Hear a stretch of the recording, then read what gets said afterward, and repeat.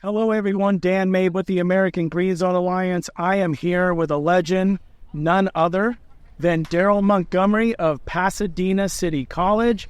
Daryl, can you just please tell us what your position is here at the college, what you do, and how long have you been here? Sure. I'm the ground supervisor here for Pasadena City College in the City of Pasadena.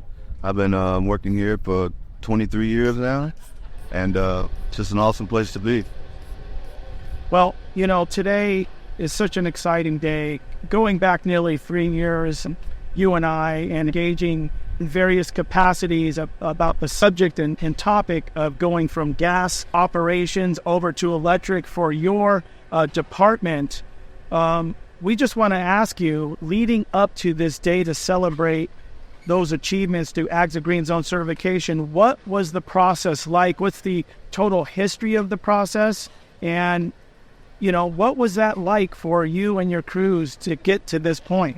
Well, it was an awesome process. It was a good 3.5, 4 years in the making. You know, first going through South Pass program with Mike Cacciati down there, and it was awesome to get down there, and that's where I introduced to AGZA. And then from there, that's where we started steamrolling the process. Everything just went great. We went through the AQMD program, which was awesome and very helpful. And of course, Dan helped me get through that the whole way, and it's just been an awesome experience. And transitioning the crew over was a little difficult at first, but once they saw the product and the direction we were going and what it was for, it was a no-brainer. Daryl, we love that feedback because it's real, and that's what we want. We want people to know that sometimes it's not easy, and we don't want to just produce something that's glossy. Okay, we did it all, and here we are celebrating, but we really have to understand what it took to get there. So thank you for that. Another question. After converting, the aesthetic expectation of this campus that you oversee for the grounds, it's gorgeous. Have there been any complaints since going electric regarding the look and aesthetic of the campus? Well, no, it actually got better.